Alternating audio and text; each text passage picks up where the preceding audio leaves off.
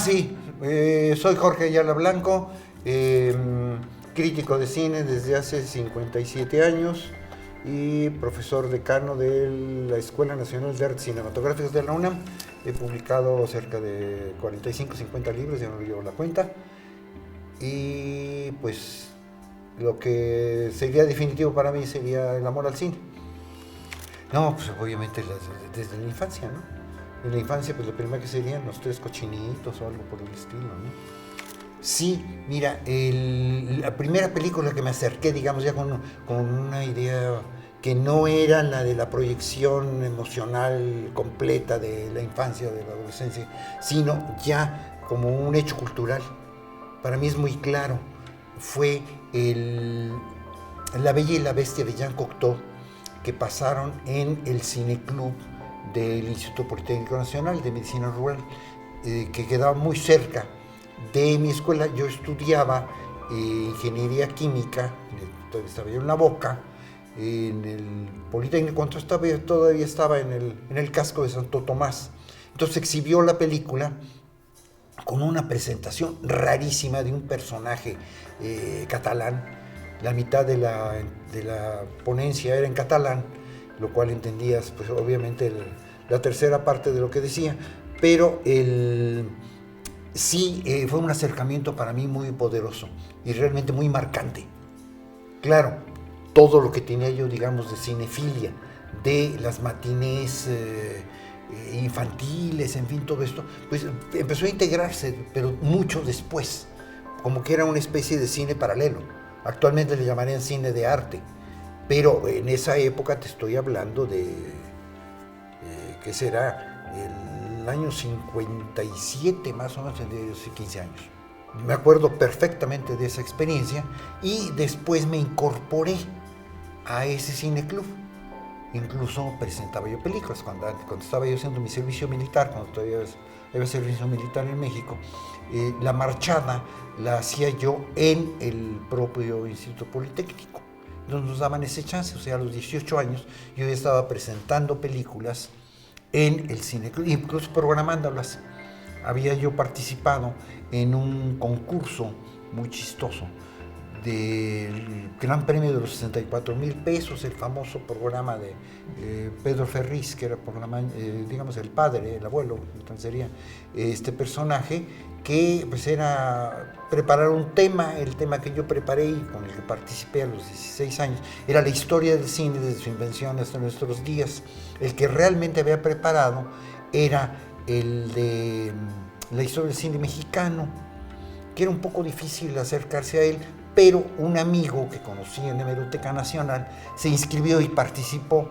A los 16,000 pesos se retiró, o sea, no llegó ni a los 32 ni a los 64,000, pero eso como que me bloqueó la posibilidad y entonces me dije, no, pues con toda la audacia y el arrebato de los 16 años, me dije, no, pues la historia completa del cine. Y pues a entrarle a todas a las historias que encontraba yo en los idiomas que yo manejaba, por razones familiares. Era yo bilingüe, francés-español. En el Politécnico estudié el inglés y el alemán. Entonces sí era la posibilidad de acercarme a muchísima literatura sobre cine, claro, con la que finalmente me preguntaron, pues era más o menos el Sadul, ¿no? Que era lo que manejaban finalmente los que hacían los guiones. En fin, ya te platiqué un poco la historia de mis orígenes, de mi cinefilia, ¿sí? Y ya a los 21 años, antes de cumplir los 21 años, ya estaba yo escribiendo en el único suplemento cultural que no estaba dominado por un grupo exclusivista de cultural, que era la mafia de Benítez. Entonces, pues, si querías hacer algo, pues estabas totalmente bloqueado, imposible. Entonces tenías que entrar por otro lado, digamos, por la puerta falsa, ¿sí? El primer lugar donde escribí yo era el suplemento México en la Cultura, donde habían corrido precisamente a Benítez, que se fue a refugiar al siempre, ¿no? En la cultura en México. Entonces ahí fue donde donde empecé a escribir en México, en la cultura, de novedades, suplemento cultural, donde podías escribir con cierta libertad, ¿sí? O sea, con otro lenguaje y otro acercamiento, que era un acercamiento cultural. Claro, era tan malo el suplemento que no lo conocían como México en la cultura, sino México en la costura, ¿sí?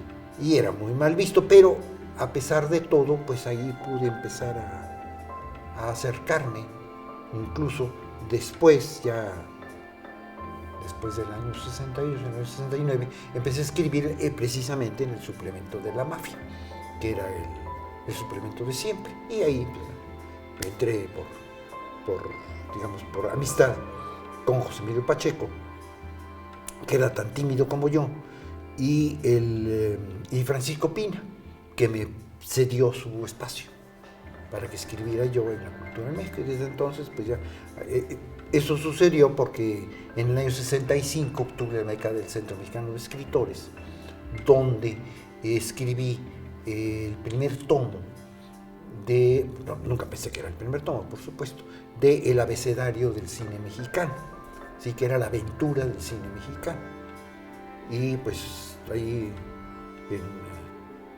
bajo la tutela del presidente de la Academia de la Lengua, que era Francisco Monterde, y Juan Rulfo y Juan José Arreola, que fueron mis maestros y realmente los que me enseñaron a escribir. Dejé la ingeniería química a un lado, solo trabajé realmente muy poco tiempo, un par de años como ingeniero, y pues ya me dediqué a morirme de hambre escribiendo sobre cine, pero haciendo lo que me interesaba. Bueno, el abecedario, te digo, de una manera totalmente azarosa, escribí un libro que le titulé La aventura del cine mexicano, y después pues me bloquearon dentro de la editorial Era, porque estaban publicando al gran cuate que era García Riera. Entonces me dijeron, no, el libro ya no te lo podemos reeditar, porque está muy envejecido, tienes que actualizarlo. Y efectivamente, pero no podía yo porque habían hecho una edición de estas fraude, que son con sobrantes para reposición. Eso quiere decir que podían hacer 5 o 6 ediciones y no te pagaban más que una. ¿Sí? Entonces un libro que terminaba precisamente poco después del concurso de cine experimental del año 65, donde fui jurado,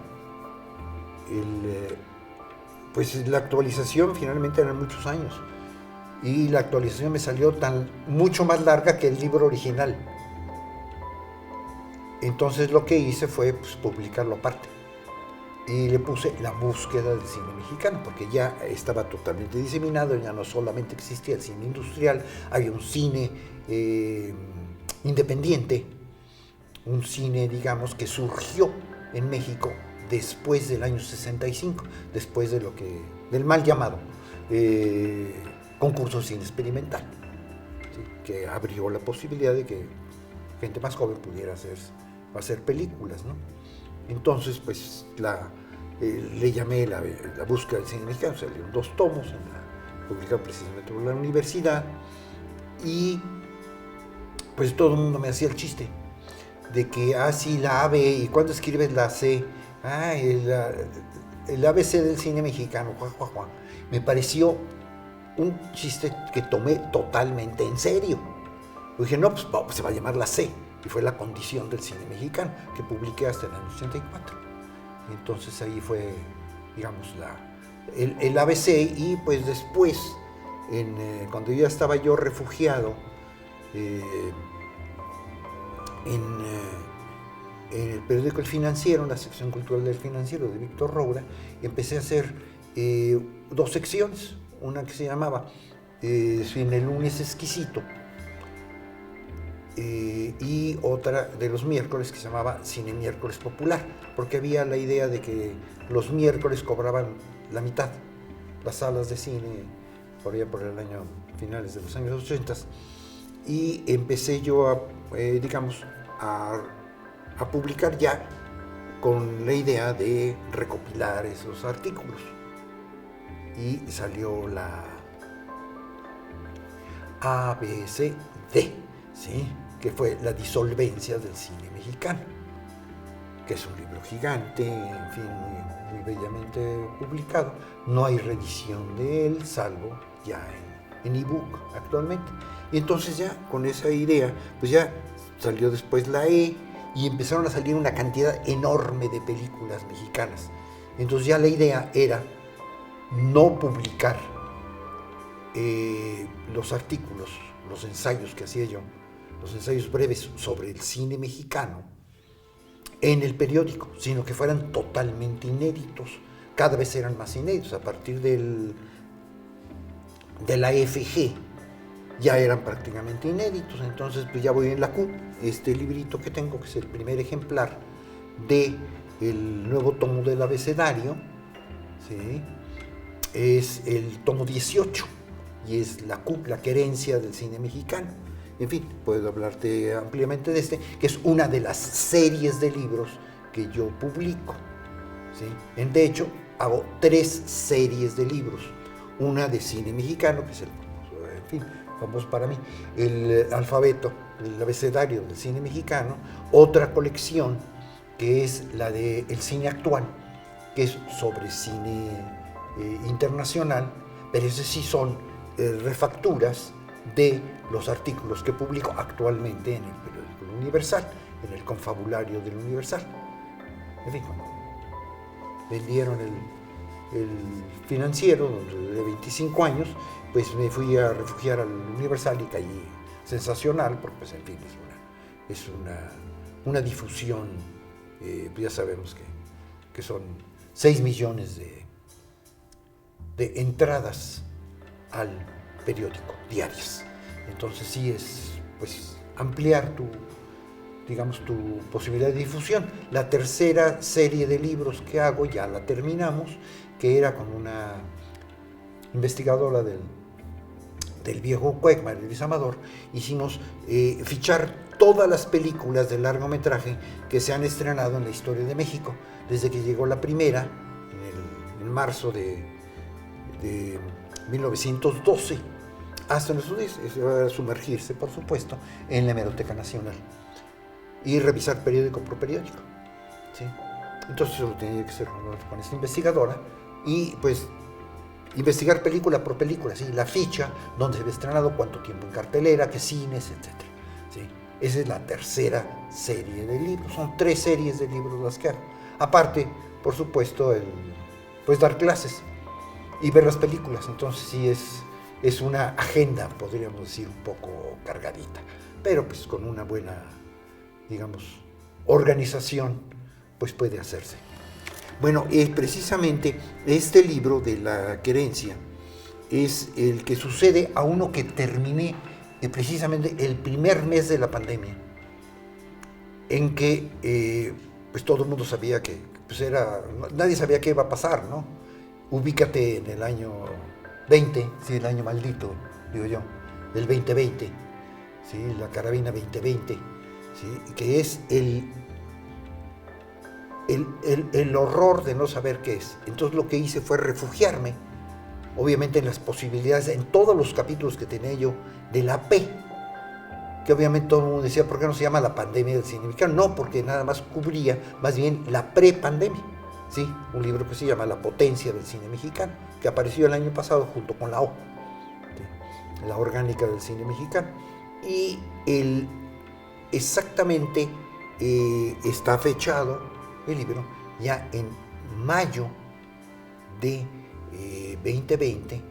Empecé a estudiar y escribir ensayos sobre todas las posibilidades de películas que se estrenaban en plataformas, sobre todo, en todo tipo de plataformas, en fin, en latino, en fin, en todas las que todo el mundo maneja, principalmente las que tienen especialidad en cine mexicano, o definitivamente pidiendo las películas a los productores y directores, que en fin, encontrar contactos, les mandas un mail, ¿no? Y pues me podría ver su película, pues a veces ni te pelan, ¿no? O simplemente pues, no les interesa, pues, que escriban de sus películas, en fin, con el enfoque, podríamos decir, universitario, ¿sí?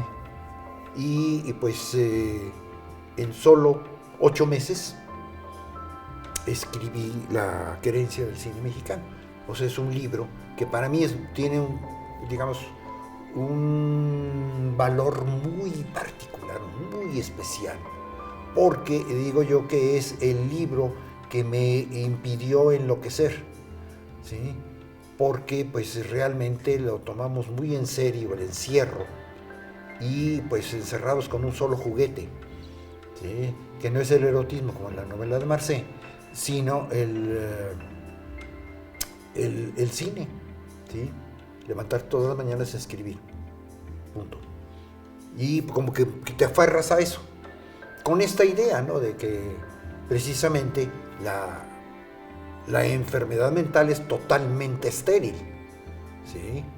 Pero pues los que estamos entre un palo y el otro, o sea, los neuróticos, nos podemos aferrar perfectamente a ese juguete que puede ser el juguete cultural, en este caso el cine. Entonces en solo 8 meses, todas las películas que pude ver en la pandemia, claro, después empezaron a abrirse un poco las salas y hubo estrenos. Entonces pues es un libro que cubriría, diría yo, la época más, en fin, la pandemia terrible, ¿sí? Antes de las vacunas. Pero en el año 21 ya todas las películas me dio para todo un año, ¿sí? Escribí en la R del cine mexicano, que ya está en prensa, ya está entregado, ya lo están formando, en fin, corrigiendo y todo lo que tienen que hacer en la universidad, es la R del cine mexicano, y actualmente el tercer año, que todavía no sabemos si es de pandemia o si es de post-pandemia o lo que sea, pues ya tengo 63 capítulos de la S del cine mexicano. Nunca revelo los nombres para que no se ceben, sí, somos medio supersticiosos, pero también el misterio funciona un poco así como atractivo. Entonces, pues son 3 años de pandemia y 3 libros, ¿sí? Este libro, como te digo, está pues nutrido con 100 películas, las 100 películas que se pudieron ver durante la pandemia. En general, mis libros son, los de cine mexicano, son 100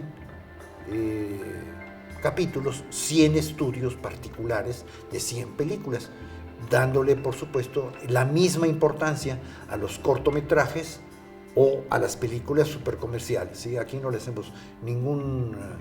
digamos, no le hacemos fuchis ni a Martita Higareda, ni a Omar Chaparro, ni mucho menos, ¿sí? O las películas hechas por estudiantes, ¿no? De cualquier escuela de cine, exactamente lo mismo, si no son de la mía o de cualquier otra, ¿sí? De las 25 escuelas de cine que funcionan en el territorio nacional y las que se juntan esta semana, porque siempre hay escuelas nuevas. Entonces hay una producción, digamos, que no se suspendió, y posibilidades de verla, ¿sí? En general, a mí lo que me interesa de estos libros es que para mí son como una especie de rescate cultural, ¿sí? Son películas que a hoy en día ya se pueden recuperar, ¿sí? No se olvide que yo vengo del siglo pasado, de mediados del siglo pasado, donde los críticos decían: ay, ¿te imaginas qué maravilla sería tener en tu librero todas las películas para poderse ver? No, pues es imposible, man. Y después pues empezó el Betamax, y después el VHS, y después las plataformas y las posibilidades infinitas de ver las películas. Antes tenían que alquilarse para poderse ver en las escuelas. No había otra posibilidad. Yo cuando empecé a dar clase en el viejísimo CUEC, en el año 65, pues pedíamos las películas, incluso tenía yo que recogerlas y llevarlas cargando del Instituto Goethe a la escuela, ¿sí? O del IFAL.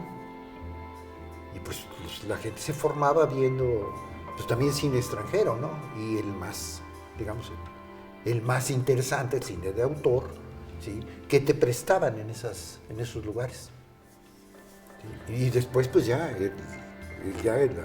en la pandemia todo el mundo sabe que no se leyeron más libros, no se vendieron más libros, pero la gente vio muchas más películas, series y, en fin, viejos folletones, ¿no? Entre la telenovela y el cine, aunque hay excepciones. Y una transformación total, ¿no? Ya sabemos que el cine mexicano, en la prepandemia, en el periodo neoliberal, todo el mundo podía hacer una película, pero nadie podía recuperarla, la inversión. Grandes cineastas que pues, interrumpieron su carrera, ¿sí? Fracasaban una vez y no volvieron a conseguir una película hasta 25 años o 30 después. Entonces, sí, digamos, para mí era como una especie de industria cinematográfica enferma, ¿sí? Una relación muy perversa que tenía finalmente con el Estado. Porque pues finalmente pues, los presupuestos estaban inflados de tal manera que pues, todo el mundo ganaba, menos el cineasta, ¿sí? El que hacía realmente concebía la película. Y pues ganaba todo el mundo menos la película. El peso en taquilla se distribuía de tal manera que todo el mundo ganaba, ¿sí? Hasta el distribuidor, que lo único que decía, esta película va para allá, 30% para ti del precio. La locura, ¿sí? Esa relación que no se ha modificado esencialmente estaba sostenida por el Estado. Y yo siempre decía, pues lo que hacemos es pagar dos veces la película, una contra nuestros impuestos y después con el peso, con la taquilla, ¿sí? Con el boleto de la taquilla. La pagábamos dos veces. ¿Sí? Entonces, en el momento en que, de una manera brutal, de borrón y cuenta nueva, pues de pronto el IMCINE pues tiene otro enfoque gracias a la 4T, y lo que se hace es a rajatabla, ¿sí? Tabula rasa. Incluso los fideicomisos famosos, todos arrasados. ¿Y qué es lo que va a renacer? El Focine, ¿sí? Que viene a sustituir al Fidecine, que hacía en general puras basuras, ¿sí? Comerciales, y el Foprocine, que ese sí era importante. Yo no lo hubiera disuelto, por supuesto, ¿sí? En eso discrepo completamente al criterio que se utilizó para esta tabla rasa, pero finalmente hay un nuevo ente que es el Focine. Y pues ya empezamos medio a ver los resultados. Seguramente ya en este año o el siguiente empezaremos a ver otras películas. De cualquier manera, siempre habrá brotes de cine independiente, que es el que un poco me sostiene. A mí me da exactamente lo mismo quién financió la película.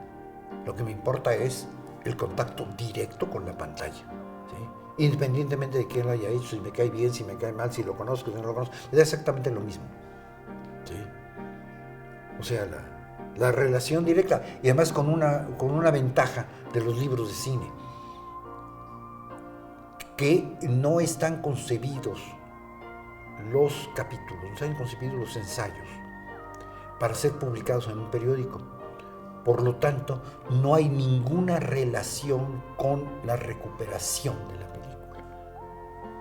A mí que me importa que le haya gustado, que haya mucha gente que haya sido un taquillazo, que no la pelaron, me da exactamente lo mismo. Lo que importa es que estaba en la pantalla, ¿sí? Esa relación que te da el hecho de que este libro contiene 100 análisis y los 100 son inéditos. La creencia del cine mexicano está concebido de esa manera. Bueno, yo creo que debería verse como siempre, por el placer y por el interés de la película, de cada película en particular. ¿Sí? Si esa plataforma, pues empiezas a verla, y si a los 20 minutos no te agarra, pues mi idea que siempre he practicado con otras películas. El cine mexicano sí me lo chupo completamente, pero sí, mi lema siempre ha sido: no se necesita comer una manzana completa para saber que está podrida, ¿sí? Entonces, pues simplemente, si no te interesa, pues la quitas. Es exactamente lo mismo, ¿no? Claro, tu formación como espectador pues se da con el contacto con las mejores películas, en fin, con todo lo que llamamos cine de arte, ¿no? En fin, con los grandes nombres, con los pequeños nombres, en fin, con todos los flujos, los festivales de cine. Mi favorito, por supuesto, es por supuesto, no las muestras de la Cineteca y todas esas cosas que son películas comerciales que finalmente las reúnen, ¿sí? Lo cual es un poco ridículo, sino, pues, las posibilidades que da, por ejemplo, el FICUNAM, ¿no? El Festival de Cine de la Universidad, donde pues descubres muchísimas películas. En fin, toda esta idea de los festivales. Durante la pandemia también se fortaleció mucho la difusión de los festivales porque eran en línea, nada menos. Entonces pues, cualquiera podía entrar y ver las películas de los festivales a los que nunca había ido. Nunca he ido a un festival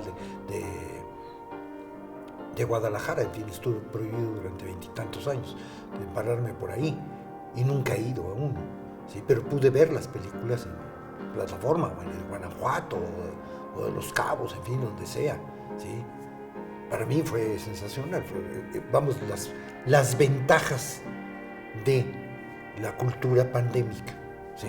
Solo lo incluiría de esa manera. Por supuesto, jamás diría yo que cayó como anillo al dedo, ¿sí? Porque murieron cantidad de gente y sobre todo gente muy querida por mí, ¿sí? Sobre todo pues, ya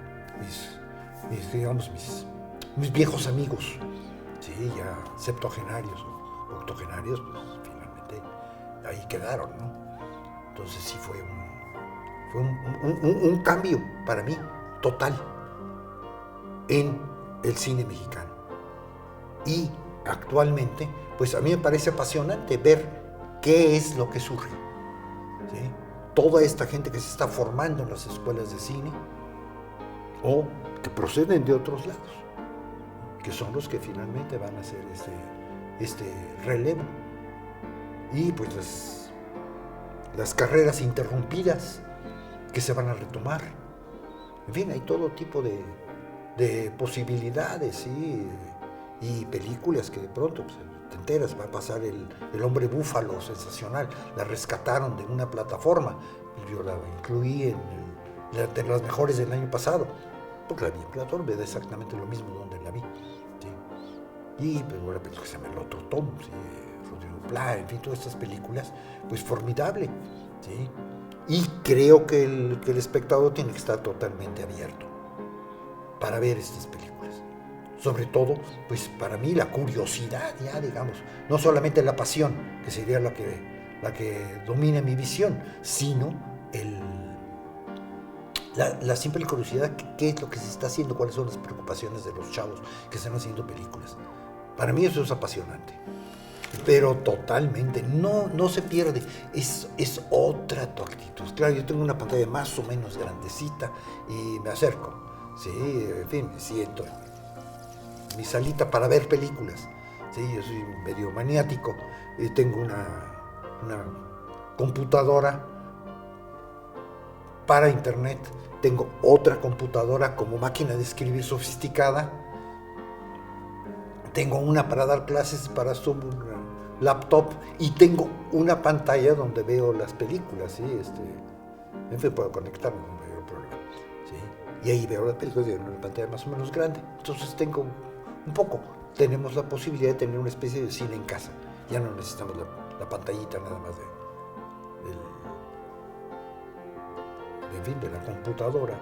Sí, ahora yo definitivamente disfruto más las películas en la pantalla grande. Ve otra. Sí. Vamos, porque todos los rincones del encuadre sí pueden significar algo.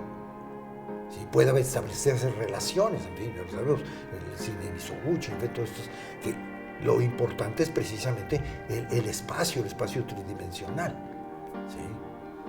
De pronto plasmado en una superficie. Y pues las relaciones entre lo que vemos y lo que no vemos, en fin, todo esto que para mí es fundamental, ¿no? Y eso se observa y se disfruta más. Yo siempre planteo en función del disfrute, ¿sí? Del goce del espectador, que para mí es totalmente, algo que no debe perderse, ¿sí? Que es precisamente la pantalla grande en la que te lo da.